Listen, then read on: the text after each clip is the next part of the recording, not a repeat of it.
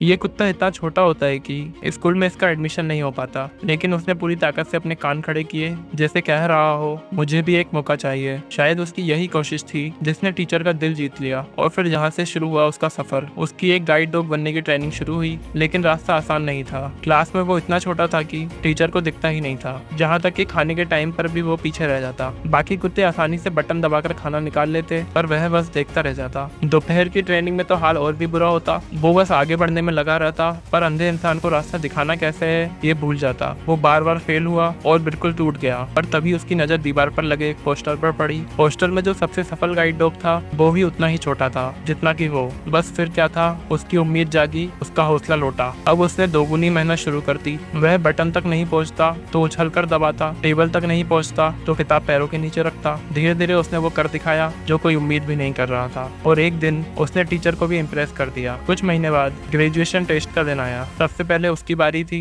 वो आत्मविश्वास से चला, गाइड की तरह रास्ता दिखाया, पर फिनिश लाइन से ठीक पहले एक रुकावट में टकरा गया। उसे बाहर निकाल दिया गया। उसका दिल टूट चुका था। वो बस देखता रहा कैसे उसके साथी पास हो रहे थे। वो दूर खड़ा बस आंसू बहा रहा था। तभी बाहर से तेज आवाज आई। एक अंधी बच्ची गलती से कंस्ट्रक्शन साइट पर पहुंच गई थी। सब घबरा गए, पर हमारे प्यारे बडी ने बिल्कुल भी देर नहीं की। बिना सोचे समझे दौड़ पड़ा। वो लोहे के गेट के नीचे से फुर्ती से घुसा और सीधा बच्ची के पास पहुंचा। उसका बैग खींचकर उसे धीरे धीरे एक रुकावट से बचाते हुए सुरक्षित बाहर निकाल लाया। बच्ची ने उसे गले से लगा लिया। टीचर, क्लासमेट सबने देखा ये कोई आम कुत्ता नहीं था, ये था एक सच्चा हीरो। स्कूल के प्रिंसिपल खुद आ गए आए और हीरो की मूर्ति से चोगा उतारकर उसको पहनाया। उसकी आंखों में चमक थी, अब मैं भी एक गाइड डॉग हूँ, और उसे इस पर गर्व था।